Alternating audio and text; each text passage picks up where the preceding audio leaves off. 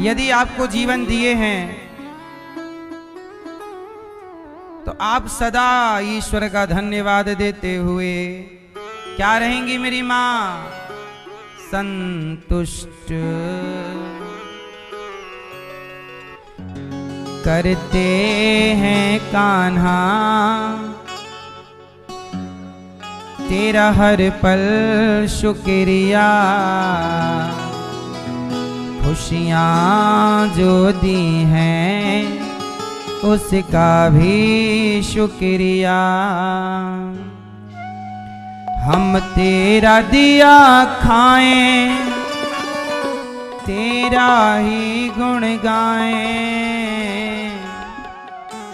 जीवन दिया जो उसका भी शुक्रिया। करते हैं कान्हा तेरा हर पल शुक्रिया।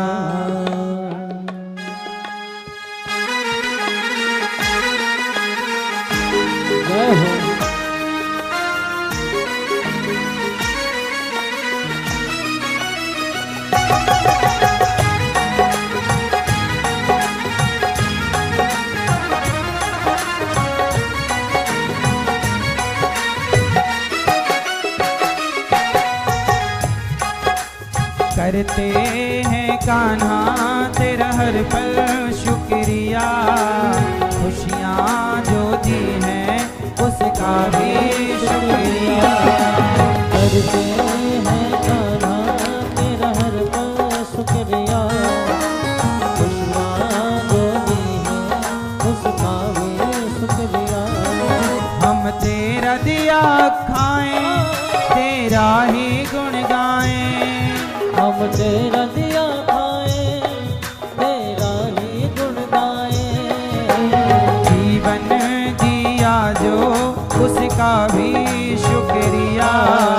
करते हैं कान्हा तेरा हर पल शुक्रिया। जीवन दिया जो उसका भी शुक्रिया। करते हैं कान्हा तेरा हर पल शुक्रिया।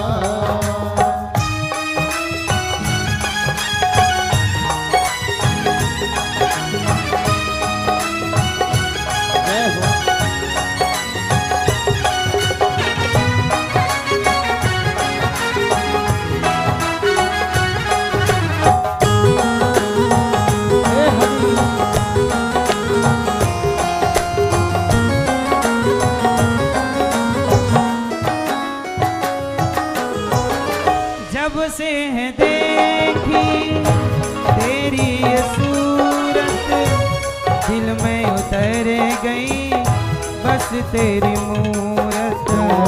दिल में उतर गई बस तेरी मूरत, दिल में उतर गई बस तेरी मूरत। जब से है देखी तेरी ये सूरत, दिल में उतर गई बस तेरी मूरत, दिल में उतर गई बस तेरी मूरत। तेरा दर्शन मुझे मिला मुरझाया फूल खिला, तेरा दर्शन मुझे मिला मुरझाया फूल खिला। नजरें जो दी हैं उसका भी शुक्रिया। करते हैं कान्हा तेरा हर पल शुक्रिया। नजरें जो दी है उसका भी शुक्रिया। करते हैं कान्हा तेरा हर पल शुक्रिया।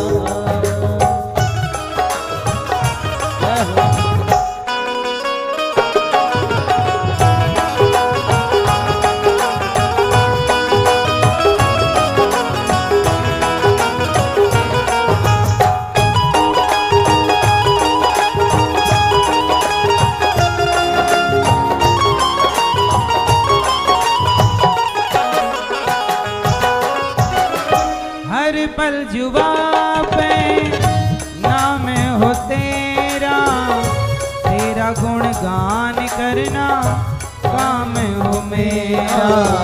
तेरा गुणगान करना काम हो मेरा, तेरा गुणगान करना काम हो मेरा। हर पल जुबां पे नाम हो तेरा, तेरा गुणगान करना काम हो मेरा।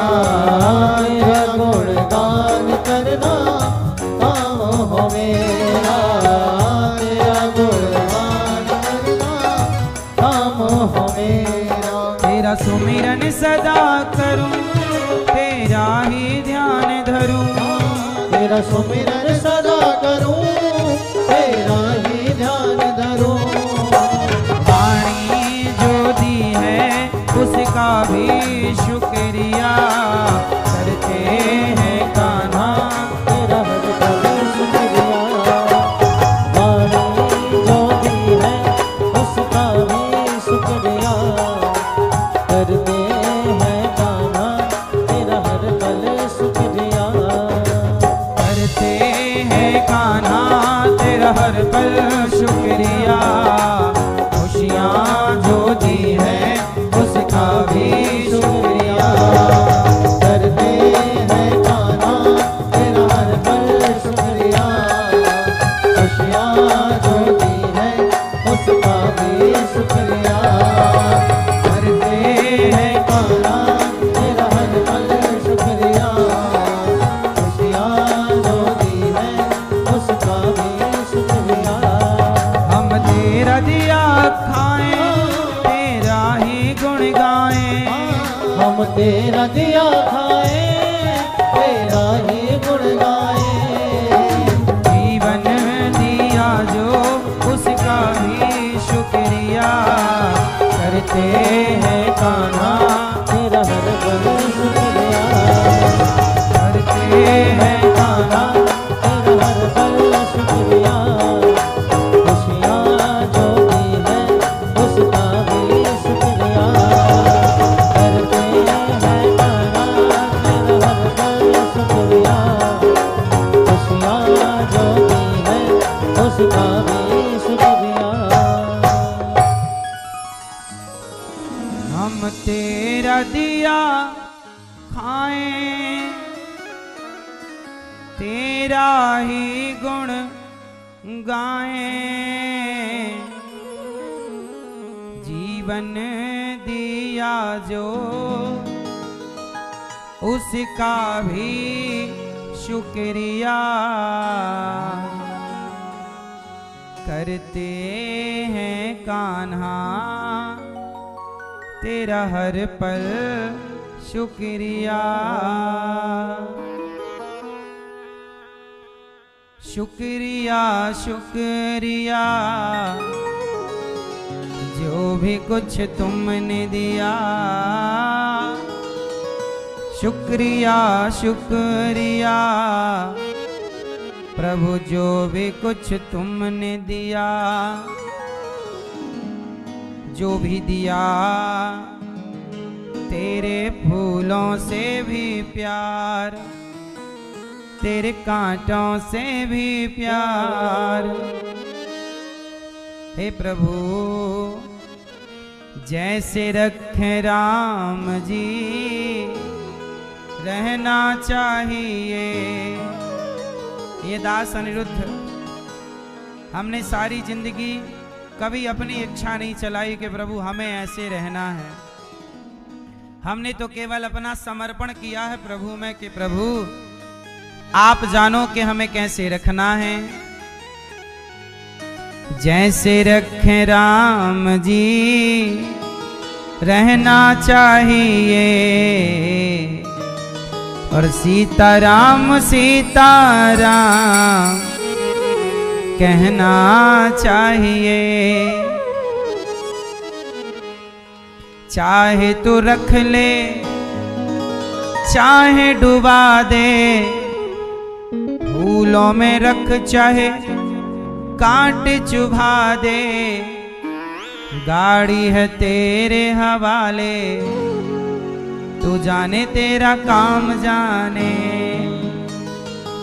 मेरी गाड़ी है तेरे हवाले, तू जाने तेरा काम जाने। तो अपनी गाड़ी समर्पण मेरी माँ, भगवान पर भरोसा। जो करेंगे भगवान अच्छा करेंगे, चाहे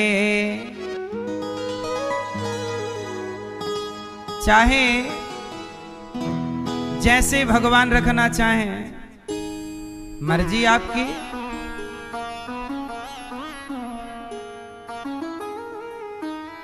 भगवान की मर्जी में हम प्रसन्न हैं।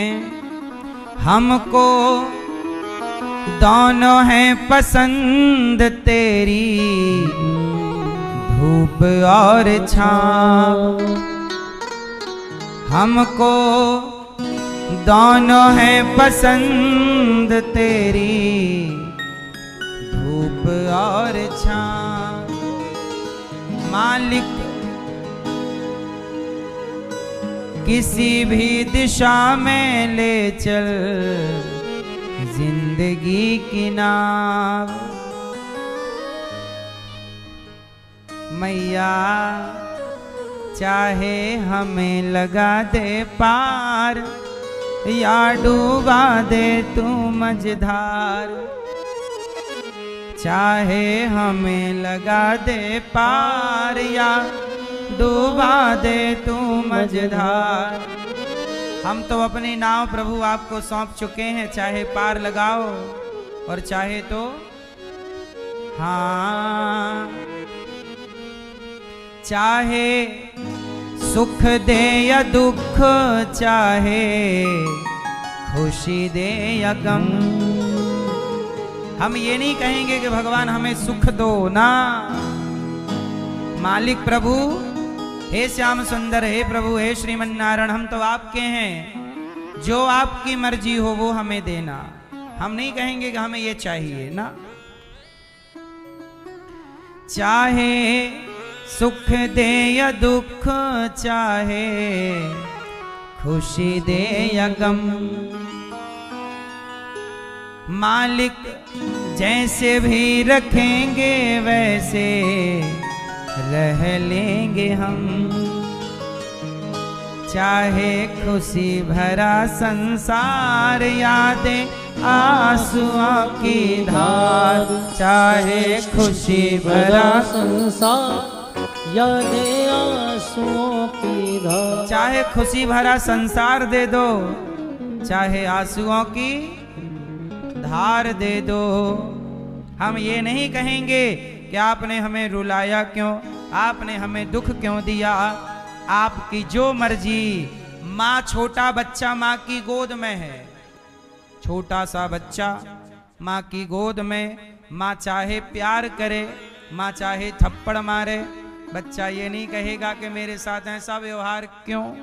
वो बोल ही नहीं पाता बेचारा, छोटा सा। ऐसे ही हम छोटे बच्चे हैं प्रभु के, हम बोल ही नहीं पाते कि हमें। अब देखो माँ चाहे तो मारे, बच्चे को नहीं मार देती है कई बार गुस्से में माँ, और चाहे तो प्यार करने लग जाए। मर्जी माँ की। ऐसे ही त्वमेव माता च पिता त्वमेव, त्वमेव बन्धुश्च सखा त्वमेव, त्वमेव विद्या द्रविडं त्वमेव, त्वमेव सर्वं मम देव देव। मात पिता तुम मेरे, शरण गहूँ मैं किसकी। स्वामी शरण गहूँ मैं किसकी। तुम बिन और न दूजा, प्रभु बिन और न दूजा। आस करूं मैं किसकी। ओम जय जगदीश हरे। हाँ, तुम ही मेरे मात पिता हो, तुम ही मेरे बंधु सखा हो और तू ही पालनहारा। तू जाने तेरा काम जाने मेरी गाड़ी है, मेरी गाड़ी है तेरे हवाले। तू जाने तेरा काम जाने। मेरी माँ अब सौंप दिया।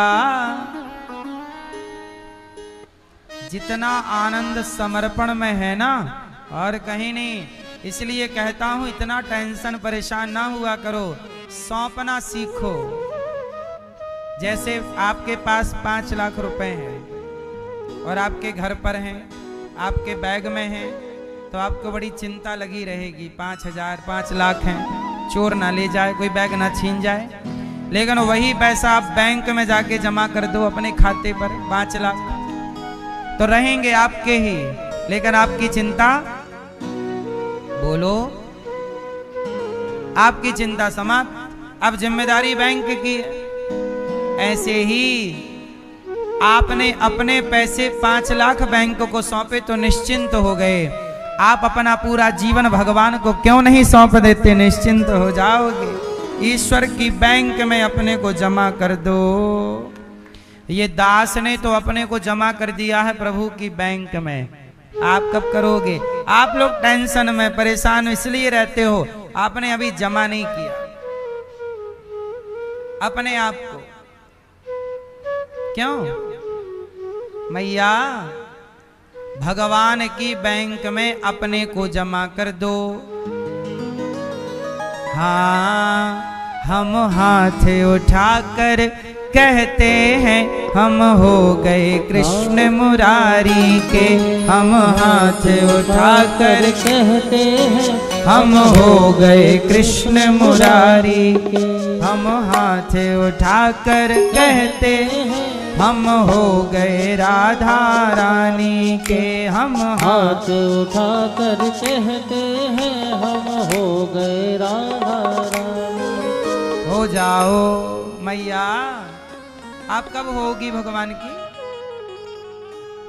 कब होगी? हाँ मैया, आप कब बनोगी? आप कब हैं? हाँ, इसलिए मेरी माँ,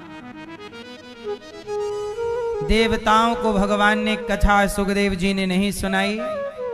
एक बार क्या हुआ, नारद जी पृथ्वी का भ्रमण करने आए तो वृंदावन में भक्ति महारानी को उदास पाया। भक्ति महारानी रो रही हैं। सोचिए, जो भक्ति हम चाहते हैं, जो भक्ति हम लोग करना चाहते हैं, वो भक्ति उदास है, परेशान है। नारद जी आए, नारायण नारायण। देवी कौन हो तुम? क्या हुआ?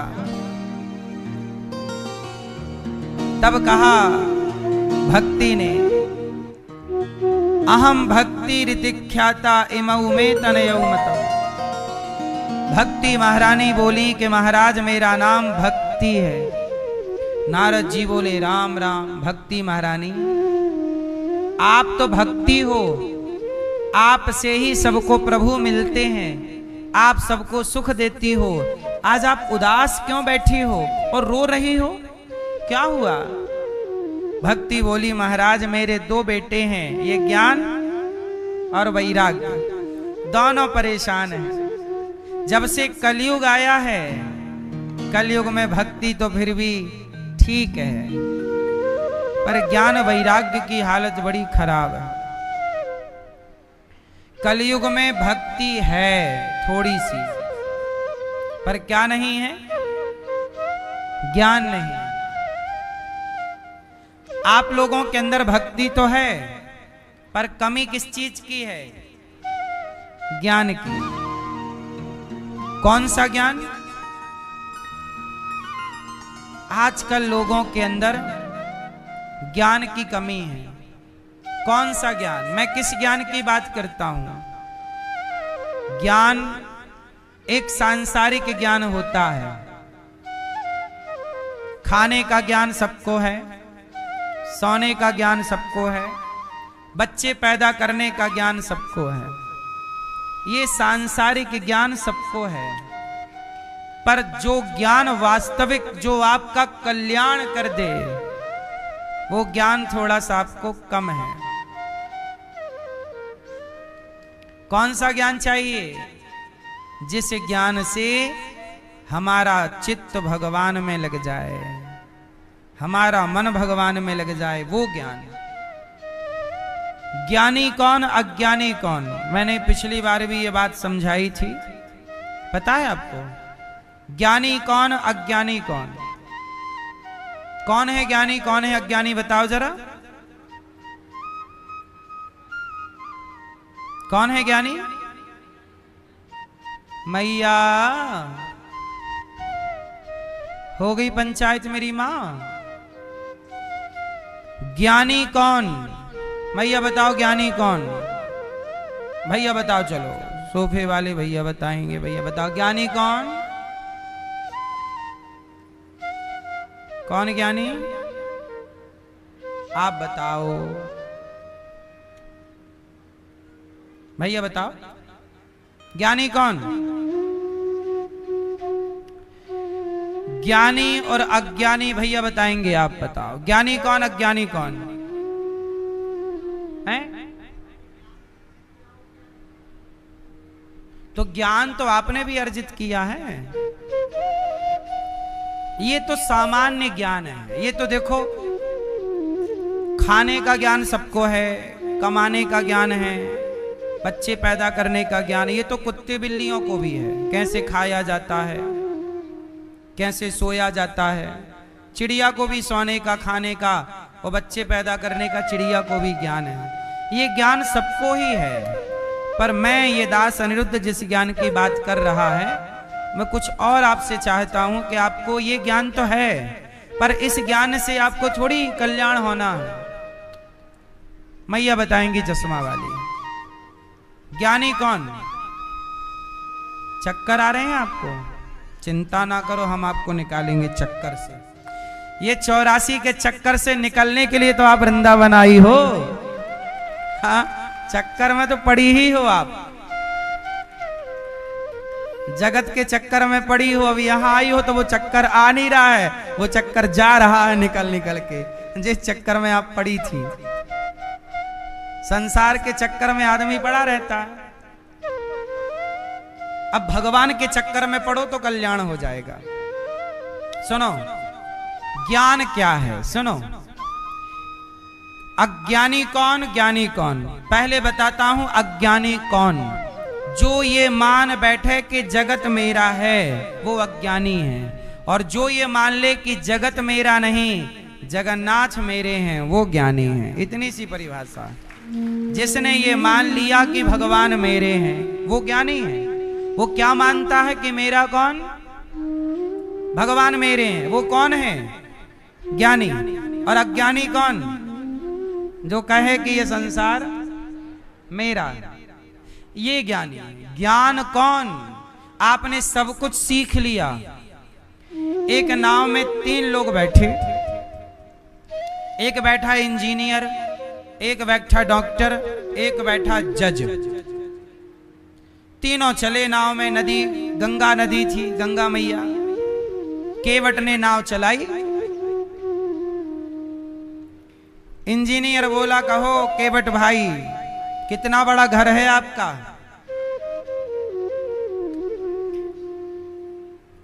केवट बोला, घास की झोपड़ी है, उसमें रहता हूं। इंजीनियर बोले कि तुमने कोई घर वर बनाया नहीं, पैसा जोड़ा नहीं, तुम्हारी 25% जिंदगी नाव चलाने में, जिंदगी का कोई मजा ही नहीं लिया, सुख नहीं लिया, बर्बाद हो गई। कि अब की बार डॉक्टर साहब बोले, कहो केवट, कोई बैंक बैलेंस बना रखा, कुछ भविष्य की प्लानिंग है, बीमा वगैरह करा रखा है? केवट बोला, भाई साहब इतना पैसा कहाँ कि हम बैंक बैलेंस करें। सुबह कमाते हैं, शाम को खा जाते हैं, जो भी मिल जाता है, शाम को कमाते हैं, कल की रोटी का गुजारा हो जाता है, यही गुजारा है बस। अब जज साहब बोले, डॉक्टर ने भी बोला तुम्हारी 25% जिंदगी बर्बाद हो गई, कुछ अर्न नहीं किया, अर्जित नहीं किया, क्या पाए। अब जज साहब बोले कि सुनो, ये बताओ कि तुम्हारे फ्यूचर की क्या प्लानिंग है, बच्चों के लिए क्या सोचा है, क्या है आगे की प्लानिंग, कहां पढ़ाओगे बच्चों को, क्या करोगे। केवट बोला कि जज साहब ऐसा है कि पैसा रोज कमाता हूं, रोज का खर्चा खाने पीने में इतना बच ही नहीं पाता कि बच्चे को पढ़ाने शहर भेजूं। मैं नाव चलाता हूं तो मेरा बच्चा भी नाव चला के अपना गुजारा कर लेगा, थोड़ा बहुत तो पढ़ ही रहा है, वो आगे कुछ करेगा। बहुत ज्यादा भविष्य की चिंता हमें नहीं है, क्योंकि सबके पालनहार भगवान हैं ही। जज साहब ने कहा कि तुम्हारी तो 25% जिंदगी बर्बाद हो गई, कुछ जाना नहीं, सीखा नहीं, पाया नहीं। अब केवट बोले आप बताओ, आप तीनों में ये बताओ तैरना किसको आता है, स्विमिंग। तीनों बोले हमें नहीं आती। केवट बोले फिर देखो, हमारी तो 75 डूबी। भाई आप सबने कहा ना 25 25 25 दिया 75, तो हमारी 25% जिंदगी बर्बाद हो गई आप लोगों के हिसाब से, बर्बाद। चलो मान लिया हमारी 75 डूबी, पर ये बताओ आपको तैरना आता है? डॉक्टर साहब नहीं, इंजीनियर साहब नहीं, जज साहब नहीं। केवट बोले लो, इतना पढ़े आप लोग, इतना सीखा, पर पार जाना तो सीखा ही नहीं, तैरना तो सीखा ही नहीं। तो सुनो, तो आप तीनों डूबो, क्योंकि आपके पंचायत के चक्कर में नाव भवन में फंस गई। तो अब आप तीनों डूबो। आप, मेरी तो 75 डूबी, तुम्हारी तो 100 की 100 डूब गई, जबकि इतना पढ़े लिखे हो, इतना बड़े ज्ञानी हो। छलांग मारी, वो पार हो गया, तीनों ज्ञानी डूब गए। कहने का अर्थ ये है, ये कथा ये बताती है कि आपने सब कुछ सीखा पर पार जाना नहीं सीखा। तो क्या सीखा? ऐसे ही आपने संसार में खूब नाम कमाया, खूब प्रतिष्ठा पाई, खूब पैसे कमाए, खूब बैंक बैलेंस बनाया, परंतु आपने भव सागर को पार करने के लिए प्रभु का भजन नहीं किया, पार लगना नहीं सीखा। तो क्या सीखा, तो क्या पाया? जो यहां कमाया है वो थोड़ी आपका साथी है।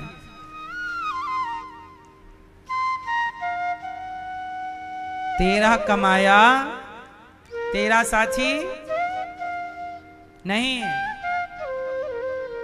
इसलिए मेरी मां, यहां के लिए जो कमा लिया सो कमा लिया, अब थोड़ा वहां के लिए कमाओ, ऊपर के लिए। ऊपर आपको जाना है ना, ऊपर मेरी मां, नहीं जाओगी तो ऊपर के लिए कुछ कमाई है। इसलिए थोड़ा माला जप लिया करो, श्रीमन्नारायण श्रीमन्नारायण, थोड़ा नाम जप कर लिया करो, थोड़ा भगवान का ध्यान कर लिया करो, थोड़ा भूखे को रोटी, थोड़ा प्यासे को पानी, थोड़ा सेवा, ये पुण्य थोड़ा थोड़ा कर लो, काम आएगा।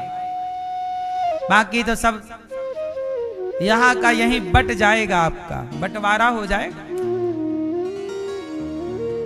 आपका पैसा बटेगा, जमीन जायदाद तो बटेगी, आपका पुण्य बटता नहीं है। भक्ति महारानी बोली, महाराज मैं बड़ी परेशान हूं, इसलिए मैया थोड़ा ज्ञान। ज्ञान क्या है? मेरे भगवान है, ये ज्ञान है मेरे तो गिरधर गोपाल। अच्छा, वैराग्य क्या है? त्याग। आप लोगों के अंदर थोड़ा सा त्याग व्याग है कि नहीं?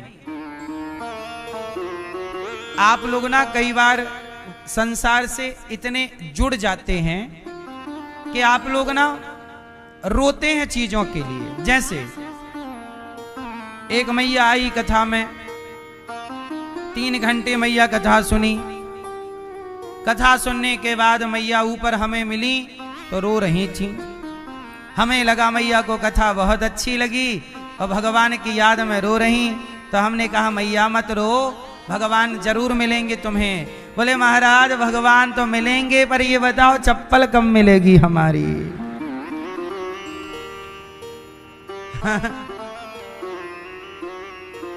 तो अब पता चला कि मैया भगवान के लिए नहीं रो रही थी, चप्पल चोरी हो गई थी तो रो रही थी।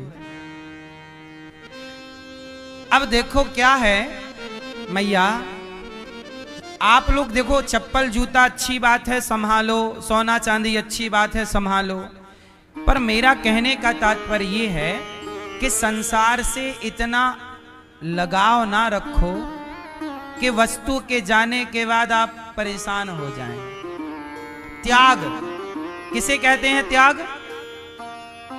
देखो आपने 5,000 की चप्पल पहनी और चोरी हो गई तो रोना पड़ेगा, या तो 5,000 की चप्पल ना पहनो, और यदि पहनो तो फिर ये दम रखो कि चोरी हो जाएगी तो हम रोएंगे नहीं।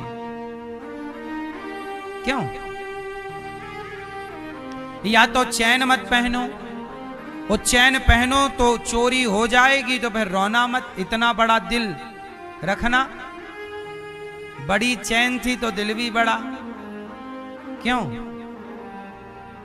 परदेश में आए हो, सोना पहन के मत आना, ज्यादा महंगे जूते चप्पल ना पहनना, 7 दिन बाद मिलेगा इसकी गारंटी नहीं है।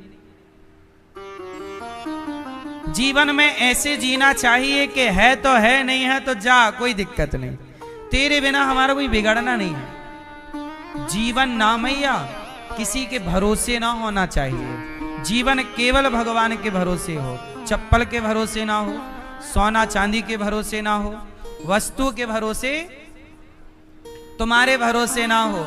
अब जैसे कि लड़का बोला लड़की से हम तुम्हारे बिना नहीं रहेंगे, लड़की को हो गया किसी और से प्यार, अब लड़का बोला गुरुजी हम मर जाएंगे।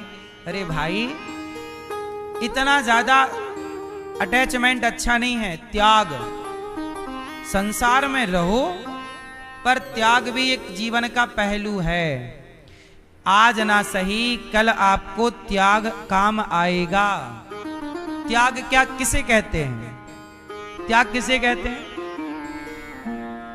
परिवार में रहते हुए भी ना त्यागी बनो। क्या बनो? त्यागी। त्यागी क्या होता है? जैसे आप पति के साथ हैं, पत्नी के साथ है ना, दोनों लोग हो पति पत्नी, रहो साथ में, जब तक दोनों हो तो प्यार से रहो, बातें करो, हंसो मुस्कुराओ, नाचो गाओ, कमाओ खाओ, भगवान का चिंतन करो, ठीक है। पर दोनों लोग ये बात कान खोलकर सुन लो कि आप दो में से एक टाइम के बाद नहीं रहेगा। नहीं रहेगा। ये बात सही है कि गलत है? एक समय ऐसा आएगा कि आप 2 से 1 रह जाओगे, या पहले पति चला जाएगा या पहले पत्नी चली जाएगी। इसलिए अभी से माइंड सेट करो कि भाई ये जाने वाले हैं या मैं जाने वाली हूं, इसलिए ज्यादा संसार से अब अटैचमेंट कम, त्याग, जगत का धीरे धीरे त्याग। हम ये नहीं कहते पति को छोड़ दो, नहीं, हम ये नहीं कहते पत्नी को छोड़ दो, साथ में रहते हुए अटैचमेंट कम, निर्भरता कम। जैसे आप कहते हो हम चाय के बिना नहीं रहते, आप लोग क्या नशा पाल लिए हो, सवेरे उठेंगे चाय पिएंगे, महाराज जी हमें चाय के बिना ना अच्छा ही नहीं लगता। शराबी ने नशा पाल लिया, महाराज जी सवेरे उठेंगे दारू चाहिए। अरे भाई आप दारू पे निर्भर हो गए, आप चाय पे निर्भर हो गए, तो कोई कॉफी पे निर्भर है, कोई सवेरे से गांजा फूंक रहा है। ये क्या हो गई आपकी निर्भरता। आप गांजा के बिना नहीं रह पाते, शराब के बिना नहीं रह पाते, चाय के बिना। ये दास अनिरुद्ध है। देखो मैं किसी पर निर्भर नहीं हूं, मुझे चाय नहीं मिले मैं नहीं, चाय पीता ही नहीं मैं, कभी नहीं, कभी 2, 4, 6, 10 महीने में 1 बार चाय मिल गई, कोई प्रेम से दिया तो तेरे सम्मान को रखने के लिए पी लेता हूं। कभी मैं आदी नहीं हूं कि नहीं सवेरे चाय मिले ही चूल्हे में जाए चाय। आप लोग आदी हैं, नहीं चाहिए। अरे ये क्या निर्भरता पाल ली। आदी नहीं, इसी को कहते हैं थोड़ा त्यागी बनो, चीजों के बिना रह लो। अब जैसे कुछ लोग अरे एसी के बिना नहीं रहेंगे, आदत पड़ गई एसी में रहने की, नहीं रहेंगे। अरे भाई एसी तो आज चली जा, हमें क्या दिक्कत, एसी के बिना भी हम रह सकते हैं। हम गद्दे के बिना, हम जमीन में सो लेते हैं, जमीन में सो हमने अपने आप को आदि नहीं बनाया किसी भी चीज का। आप भी अपने को आदि मत बनाइएगा। चाय मिल जाए तो पी लो, नहीं मिला तो कोई बात, उसके पीछे भागो मत। आप दारू पीते हो? नहीं पीते? आदत तो नहीं है दारू की? आप नहीं पीते? सही? पक्का? भैया आप बगल वाले, आपको दारू पी, आप में से किसको सवेरे से दारू पीने की आदत है? किसको है? भाई आपको है सवेरे से दारू? चाय की, दारू की तो नहीं? आप पीते हो दारू? भैया आप नहीं? आप पीते हो भैया दारू? मैया आप पीते हो दारू? आप दारू नहीं पीती हो? फिर चाय भी नहीं पीती हो? फिर कॉफी पीती हो? हैं? जल? हाँ ये मैया अच्छी है। अब कुछ लोग हैं बीड़ी ढूंढते हैं, बीड़ी लाओ, बीड़ी कहाँ मिलेगी भाई? अरे कुछ लोग सवेरे से बस चूना कहाँ है? चूना तंबाकू चूना सकारे से। आदत नहीं, आदि मत बनो। रोटी मिल जाए मैं रोटी से पेट भर लेता हूं, चावल मिल जाए मैं चावल से पेट भर लेता हूं, कढ़ी मिल जाए कढ़ी पी जाता हूं, दाल मिल जाए दाल पी जाता हूं, छोले की सब्जी बन जाए छोले की सब्जी बढ़िया है ना? कोई चीज का आदी नहीं हूं कि मुझे यही चाहिए। अपने राम तो अचार रोटी खा के पेट भर लेते हैं। अचार रोटी खाओ मस्त। आपसे मेरी इतनी प्रार्थना है, थोड़ा सा जीवन में त्याग। पत्नी पति बेटा बेटी इन सबके साथ रहो, पर इन सब के संग रहते हुए भी इनसे ज्यादा लगाव ना रखो, क्योंकि एक टाइम बाद आप अकेले रह जाओगे। जब आप अकेले रहोगे तब भी आपके साथ ही भगवान रहेंगे। इसलिए अभी से माइंड सेट करो कि जगत में हमारे भगवान हैं और कोई नहीं है। ये संसार धोखेबाज है।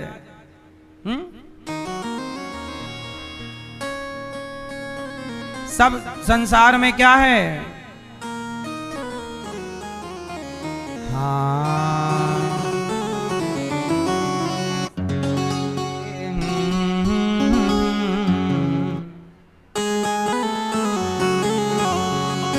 ऐसा बुढ़ापा आया रे,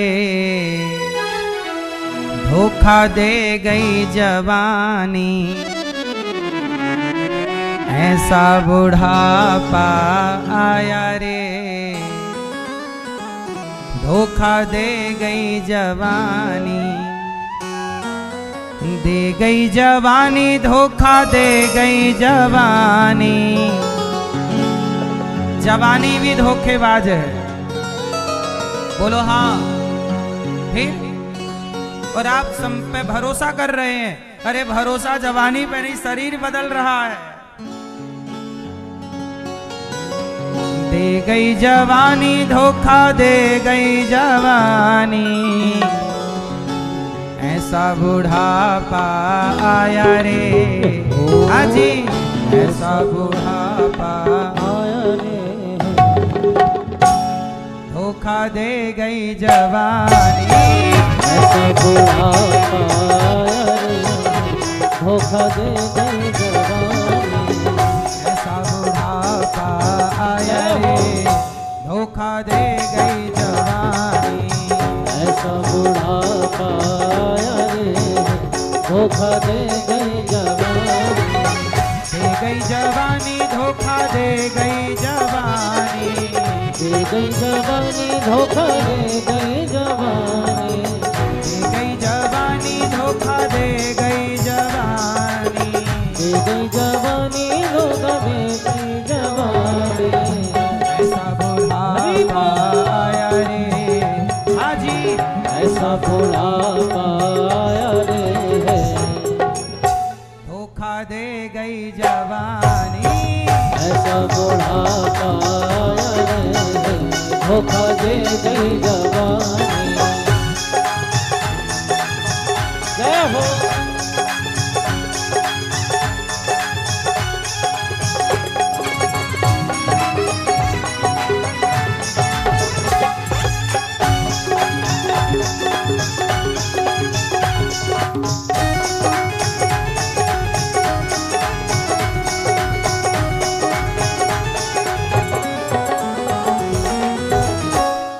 बुढ़ापा तेरे बालों में आया, मेरा बुढ़ापा मेरे बालों पे आया। बालों में आया तेरे बालों में आया, बालों पे आया मेरे बालों पे आया। पहला बुढ़ापा कहाँ आया? वो बाल क्या हो गए? तब दाई ने लाज बचाई रे, हाँ जी, दाई ने लाज बचाई रे, धोखा दे गई जवानी। बुढ़ापा आया रे, धोखा दे गई जवानी।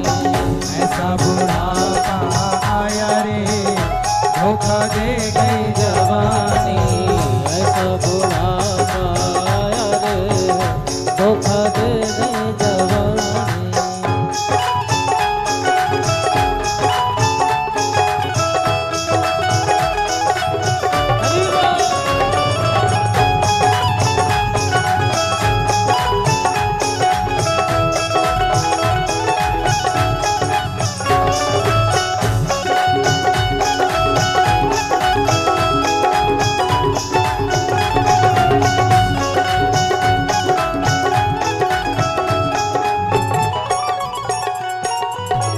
दूजा बुढ़ापा तेरे नैनों में आया, दूजा बुढ़ापा मेरे नैनों में आया। नैनों में आया, नैनों में आया, नैनों में आया, नैनों में आया। दूजा बुढ़ापा तेरी आंखों में आया, दूजा बुढ़ापा मेरी आंखों में आया। चश्मे ने लाज बचाई रे मैया, चश्मे ने लाज बचाई रे, धोखा दे गई जवानी। मैंने लाज बचाई रे, धोखा दे गई जवानी। ऐसा बुढ़ापा आया रे, धोखा दे गई जवानी।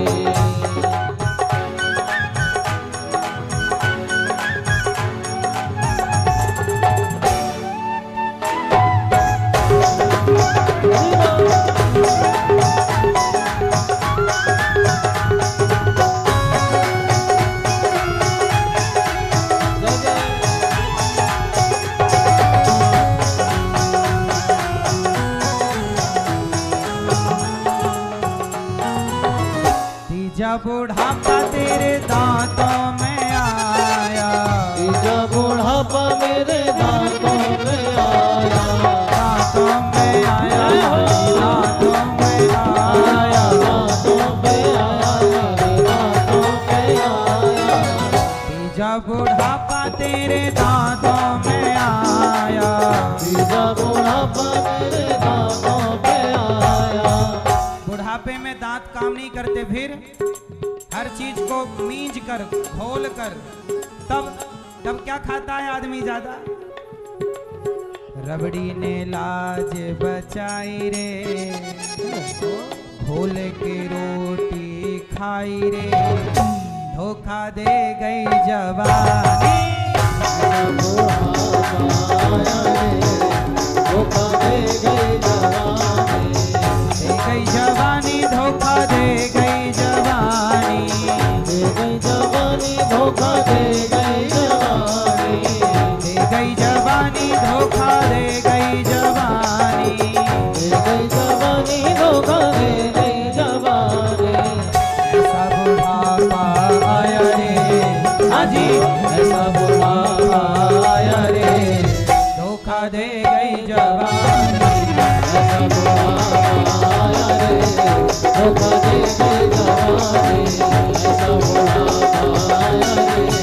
धोखा दे गई जवानी ऐसा बुढ़ापा आया रे धोखा दे गई जवानी धोखा दे गई जवानी धोखा दे गई जवानी धोखा दे गई जवानी।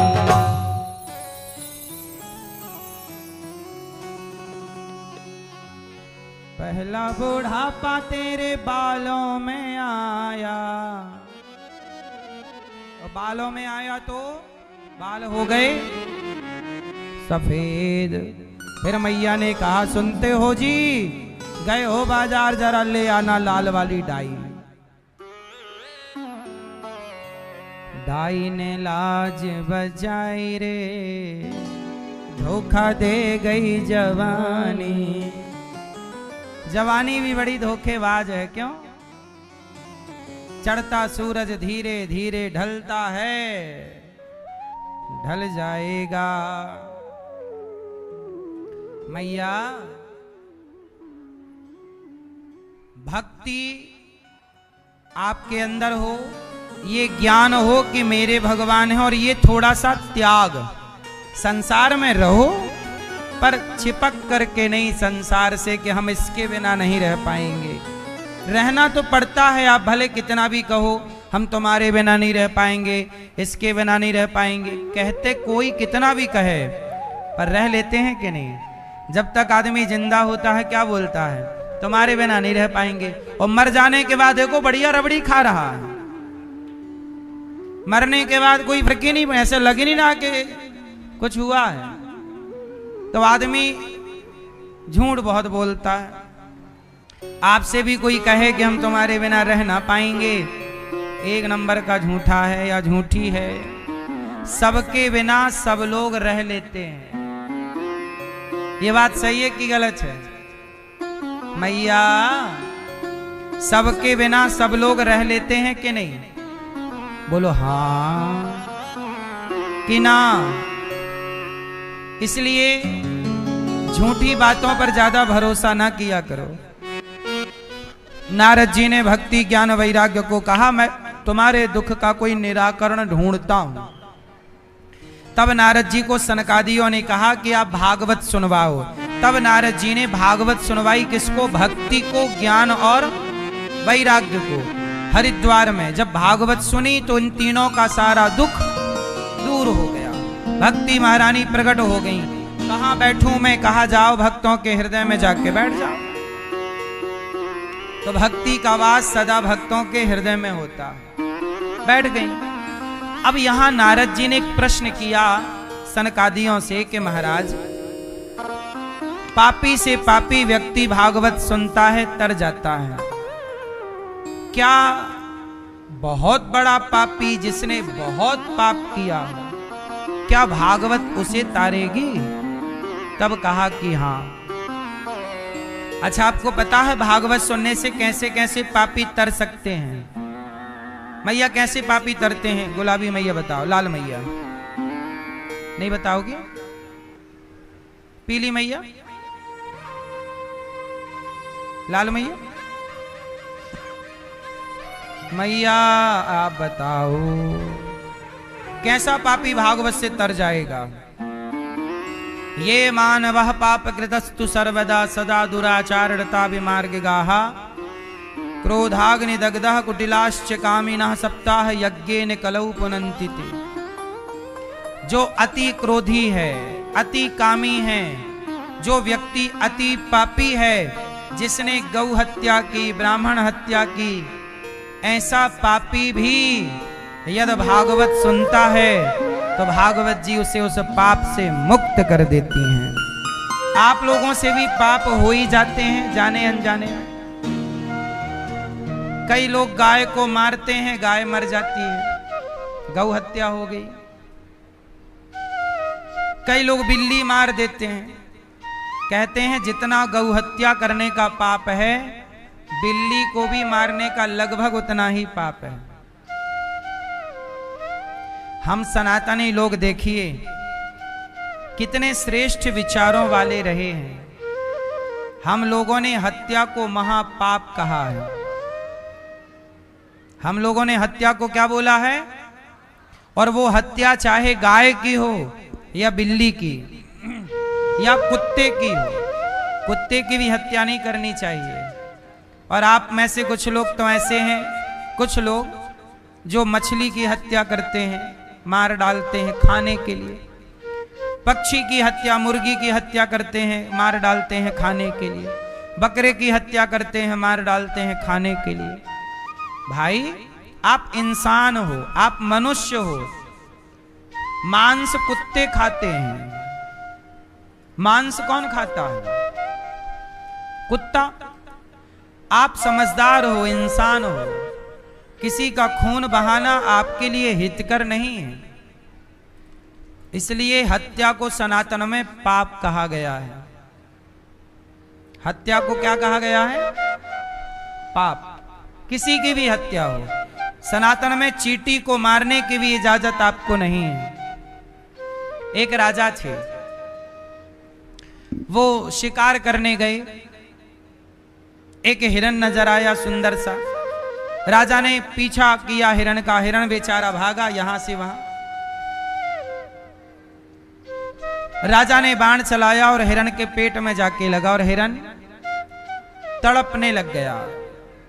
अभी प्राण निकले नहीं, तड़प रहा, आखिरी सांस। तभी वहां पर एक संत आए। संत ने राजा से कहा, राजा साहब ये आपने क्या किया? राजा बोला कि मैं राजा हूं और हमारे यहां हिरण का शिकार करने की आज्ञा है। संत जी ने कहा, चलो ऐसा है, तुम्हें मारने की आज्ञा है ना, तो चलो ऐसा करो, इसे जिंदा करो। अब वो थोड़ी देर बाद हिरण मर गया। अब मर गया तो संत जी ने कहा, ऐसा करो कि तुम्हें मारने की यदि तुम्हें इजाजत है तो अब जिंदा भी करो, चलो जिंदा करो। राजा बोला, मैं जिंदा कैसे करूं? तब संत जी ने कहा कि पागल, जब तेरे से जीवन देना नहीं आया तो किसी का जीवन छीनने का अधिकार तुझे किसने दे दिया? किस अधिकार से तू जीवों को मार रहा है? क्या इन्हें तू जीवित कर सकता है? तो फिर जब मरे को तू जिंदा नहीं कर सकता तो जिंदा को मार क्यों रहा है भाई? संत जी ने उस मरे हुए हिरण को अपने तपस्या के बल से जीवित कर दिया, अपनी तपस्या का पुण्य देकर जीवित कर दिया। कहा, देख मैंने जीवित कर दिया, मैं जीवित करने की ताकत रखता हूं, तपस्वी हूं, लेकिन मैं किसी को मारता नहीं हूं। जबकि मैं चाहूं तो मार के जीवित कर सकता हूं, और तू जीवित नहीं कर सकता, फिर भी मारे डाल रहा। राजा को बात समझ में आई कि बात तो सही है। यदि हम किसी को खुशी नहीं दे सकते, हम किसी को प्रसन्नता नहीं दे सकते, तो हम किसी को कष्ट क्यों दें? सही है गलत है? क्यों मेरी मां? आजकल के लोग यही गलती करते हैं, बेवजह लोगों को सताएंगे, बेवजह लोगों को रुलाएंगे, जीवों को रुलाएंगे, और बाद में फिर उन्हें कष्ट होगा तो रोएंगे कि देखो हम परेशान हैं, हम दुखी हैं। भाई तुमने जो दुख दिया था वो लौटकर तुम्हारे पास ही तो आएगा, कहां जाएगा? आपने किसी को रुलाया है तो आपको रोना तो पड़ेगा। कहां जाएगा वो? पृथ्वी गोल है, लगभग घूम फिर के आना वही है। इसलिए ज्यादा घमंड में ना रहा करो, पावर का, पैसे का, पद का दुरुपयोग ना करो। संस्कार जरूरी है। हमारे देश में ना मेरी मां, लोगों के अंदर शिक्षा तो है, संस्कार नहीं है। बेवजह अभी आपने बिहार की एक बात सुनी होगी। एक बिहार में एक लड़का था, तिवारी, उसने सरेंडर कर दिया पुलिस के आगे कि ये रही मेरी बंदूक आपके पास। सरेंडर करने के बाद भी पुलिस ने उसे जान से मार दिया। जबकि इन नेताओं को, इन पुलिस वालों को थोड़ा सा धर्म सनातन संस्कृति पढ़ना चाहिए। क्या पढ़ना चाहिए? रामचरितमानस के सुंदर कांड में लिखा है, आप लोग सुंदर कांड का तो पाठ करते होंगे। सुंदर कांड में लिखा है कि शरणागति कहूं जे तजहीं हित अनहित अनुमान, ते नर पावर पापमय तिनहि बिलोकत हानि। कहते हैं शरण में आए हुए को कभी मारना नहीं चाहिए। फिर से बोलो मेरे साथ ये लाइन, शरण में आए हुए को कभी मारना, किसको नहीं मारना चाहिए? विभीषण जी जब शरण में आए राम की, तो सुग्रीव ने कहा कि मार दो, भेद हमार लेन सठ आवा। ये रावण का भाई है विभीषण, मार दो इसे। राम जी बोले नहीं, जो हमारी शरण में आया है वो हमारे दुश्मन का भाई भी हो तो हमें उसे मारना नहीं चाहिए। राम ने मारा नहीं, गले लगाया।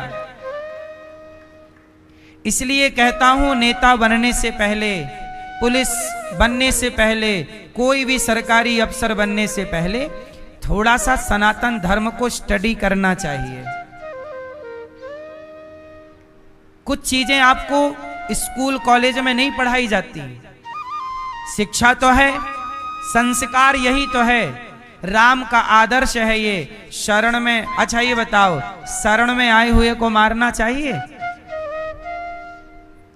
फिर बिहार की पुलिस ने उसे क्यों मार दिया? जिसने कट्टा बंदूक, उसने बंदूक उठाई, कानून हाथ में लिया, ये गलत था, पर उसने फेंक दिया कि भाई मैं सरेंडर कर रहा हूं, फिर भी मार दिया।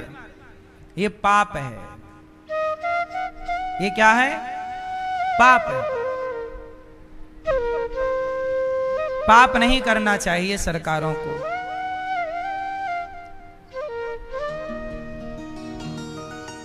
गौ हत्या, ब्राह्मण की हत्या से बचना चाहिए, किसी की भी हत्या से।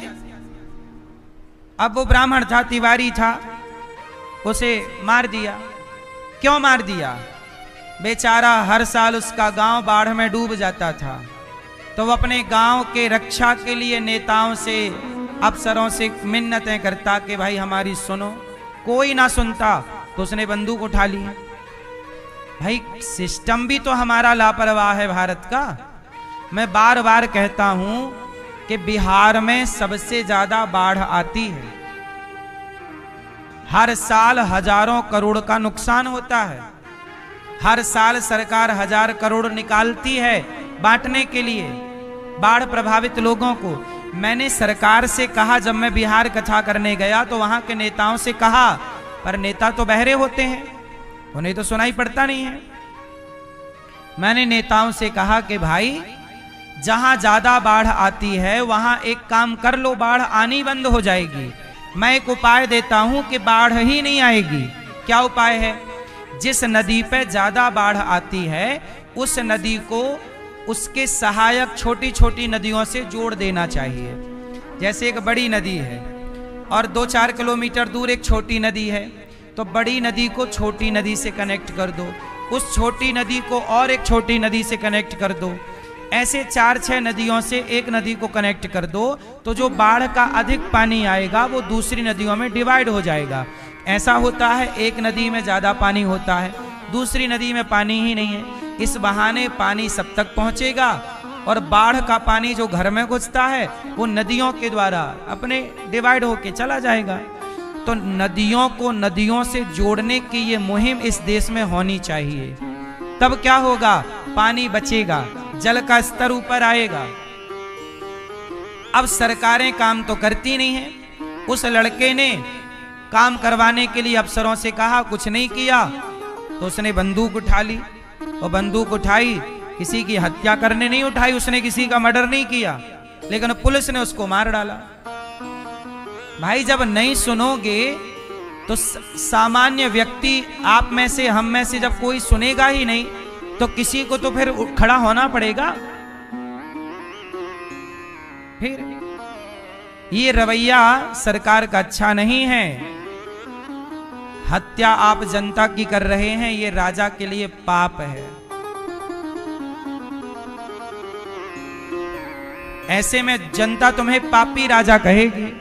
कि राजा तो बड़ा पापी है जो निर्दोष जनता को मारे डाल रहा है। शरण में आए हुए को कभी नहीं मारना चाहिए। हाँ, वो कोई बहुत बड़ा अपराधी होता, आतंकवादी होता, तो फिर आप मारते, कोई मनाही थोड़ी थी। आतंकवादी को आप मारिए, अपराधी है 10-20 मर्डर किए हैं उसको मार डालिए, कोई दिक्कत नहीं। एनकाउंटर कर दीजिए जो गलत है, पर जो सही है, जो अपने गांव के लिए, समाज के लिए खड़ा हो रहा है, लड़ रहा है। आप सिस्टम बहरा है आपका सिस्टम तो आप ठीक करोगे नहीं, जो खड़ा होगा उसी को मार डालोगे। ये सरकार का रवैया गलत है। कितनों को मारोगे, फिर दूसरा खड़ा होगा। इसलिए ये बात नेताओं को समझनी चाहिए कि अपनी जनता को प्यार करें। वोट लेने के बाद देखो नेता लोग जनता को मरवाना शुरू कर देते हैं। और तुम्हारी पुलिस कैसी है, इसलिए कहता हूं पुलिस को थोड़ा शिक्षा से तो आप ले लिए, थोड़ा संस्कार देते। काश रामचरितमानस का ये पाठ पढ़ाते कि शरण में आए हुए को मारना पाप है।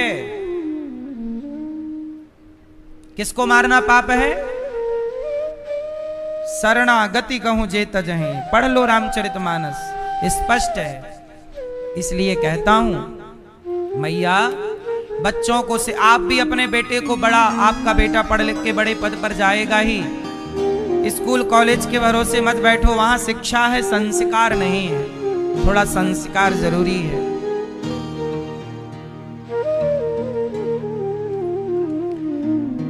अभी मध्य प्रदेश में कुछ गौ रक्षक थे, गाय की सेवा करने वाले। गौ रक्षकों को वहां के कानून ने उम्र कैद की सजा दे दी। क्या दे दी? उम्र कैद, सारी जिंदगी जेल में। क्यों? क्योंकि तुमने गौ सेवा की, क्योंकि तुमने गौ रक्षा की है। जो गाय कसाई ले जाता है ना काटने, उस कसाई के हाथ से गाय रोकते हैं लोग, बड़े ट्रक गायों के पकड़ते हैं। उन लोगों को लगभग 7 लोग हैं लगभग, दे दी आजीवन जेल। क्या अपराध था? गौ सेवा की। सरकार खुद नहीं चाहती कि गौ हत्या बंद हो। जो गौ हत्या बंद करने के लिए आवाज उठाएगा या तो उसे मार देगी या तो सरकार उसे आजीवन कारागार। अब बताइए ये कोई अपराध था? इसलिए सरकारों से मेरी प्रार्थना है, धृतराष्ट्र ना बनो। यदि बनोगे तो अंत धृतराष्ट्र का हो गया, पावरफुल रावण का हो गया। तुम किस खेत की मूली हो। इसलिए कायदे में रहो, सिस्टम की तरह चलाओ, बेईमानी भ्रष्टाचार को रोको, है ना। जो बिल्कुल निर्दोष उन्हें मार डालना ये आपका धर्म नहीं है। गौ सेवकों का सम्मान करो। कारागार क्यों? जो मार रहे हैं कसाई, उन पर कोई कार्रवाई नहीं हो रही। जो बचा रहे हैं उन्हें जेल है। उल्टा है कि सीधा है? बोलो, सिस्टम सही है कि गलत है? फिर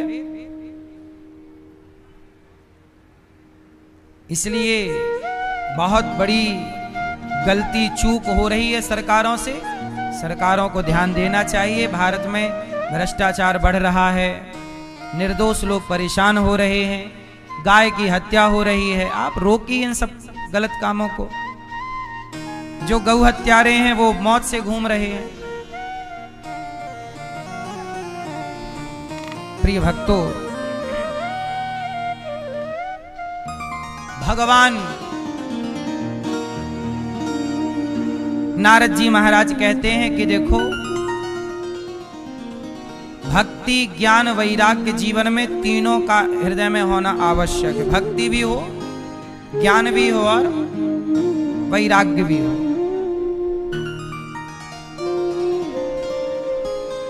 अब क्या हुआ? भक्ति महारानी ने भागवत सुनी, दुख दूर हुआ। क्या कोई पापी भागवत से तरेगा? हाँ, बड़े से बड़ा पापी भी तर जाएगा। कोई तरा। तुंगभद्रा तटे पूर्वम, तुंगभद्रा नदी के किनारे के गांव था। पंडित जी रहते थे। गांव में सब खुशहाली थी, पंडित जी सुखी थे।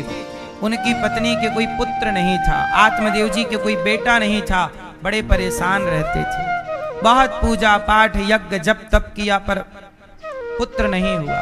उम्मीद छोड़ दी, कोई बात नहीं, प्रभु को जो मर्जी है, ठीक है।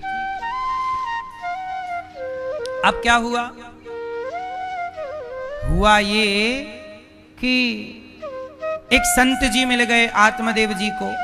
संत जी से कहा मुझे पुत्र चाहिए। संत जी ने कहा कि पुत्र नहीं, परमात्मा का चिंतन करो, भगवान का ध्यान करो। बोले नहीं नहीं नहीं, मुझे तो बेटा चाहिए। संत जी ने एक फल दे दिया, लो पत्नी को दे देना। पंडित जी ने फल पत्नी धुंधली को तो दिया, पर धुंधली ने फल गाय को खिला दिया। गाय को बच्चा हो गया, कान बड़े बड़े, गौकर्ण नाम पड़ा। और बहन के बच्चा हुआ, पैसे से खरीद लिया धुंधली ने, नाम रखा धुंधकारी। धुंधकारी ने बड़े होकर अपने बाप को, अपनी माँ को जो मार लगाई। आत्मदेव जी रोए, हे प्रभु, बेटा नहीं था तो भी रोना पड़ा, बेटा है तो भी रोना पड़ रहा, रोना पड़ रहा। आपके किस्मत में, कहता हूं ना कि भाग्य का रोना सबको रोना पड़ता है। आपके भाग्य में यदि पुत्र नहीं है और आप यदि उथल पुथल करके पुत्र ले भी लो तो आपको उससे सुख कम मिलेगा, क्योंकि आपको जो ईश्वर निर्णय करते हैं आपके लिए वही सही होता है। कई बार हमारे भाग्य में कुछ चीजें नहीं है, नहीं है तो नहीं है। जो नहीं है उसकी ज्यादा जिद नहीं करनी चाहिए। यदि आपने उसकी ज्यादा जिद की तो फिर उससे आपको सुख ना मिलेगा। जैसे आत्मदेव जी के भाग्य में पुत्र नहीं था, पर इन्होंने संत से जिद करके पुत्र पा तो लिया, तो बहन का बेटा पैसों से खरीद लिया। अब वो बड़ा होके मार रहा है। भगवान ने बेटा इसलिए नहीं दिया था क्योंकि उन्हें पता था कि तुम्हें पुत्र से बड़ा कष्ट मिलने वाला है। तो भगवान तो जो करते हैं सही ही करते हैं, पर आप लोगों को कई बार ईश्वर का न्याय सही नहीं लगता। इसलिए आज भी धुंधकारी जैसा बेटा अपनी माँ को, अपने पिता को मार मार के घर से निकाल देते हैं। इसलिए हम कहते हैं बच्चों को केवल शिक्षा नहीं, सरकारों को चाहिए कि बच्चों को संस्कार भी दें। अभी ये दास अनिरुद्ध एक विद्यालय बना रहा है, कक्षा 1 से लेकर 12वीं तक, जहां बच्चों को 5 से 7 हजार बच्चे निःशुल्क पढ़ेंगे, सीबीएसई बोर्ड की शिक्षा पाएंगे, निःशुल्क पढ़ेंगे, कोई पैसा नहीं, और शिक्षा भी पाएंगे और संस्कार भी पाएंगे। अच्छा सच बताओ, संस्कार होते, आज देखो हमारे पास ये माँ आई, ये माँ वो माँ है जिनके 4 बेटे हैं, एक बेटी है, परंतु हमने बेटों से बात की तो बेटों ने मना कर दिया कि हम रख नहीं पाएंगे अपनी माँ को। 4 बेटे हैं। मैया कहां से आई हो मेरी माँ? हैं बेटा कहां से आई हो मेरी माँ? जिला बरेली से आए, नवाबगंज से। बरेली। हाँ। तो मैया आपके घर में कौन कौन है? 4 लड़का है।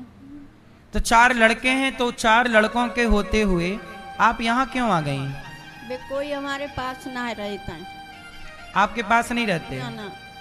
आपकी सेवा नहीं करते? ना, रोटी ना देते, सेवा की क्या बात है। रोटी नहीं देते? ना, हम 25 साल से अकेले बनाए के खाते हैं।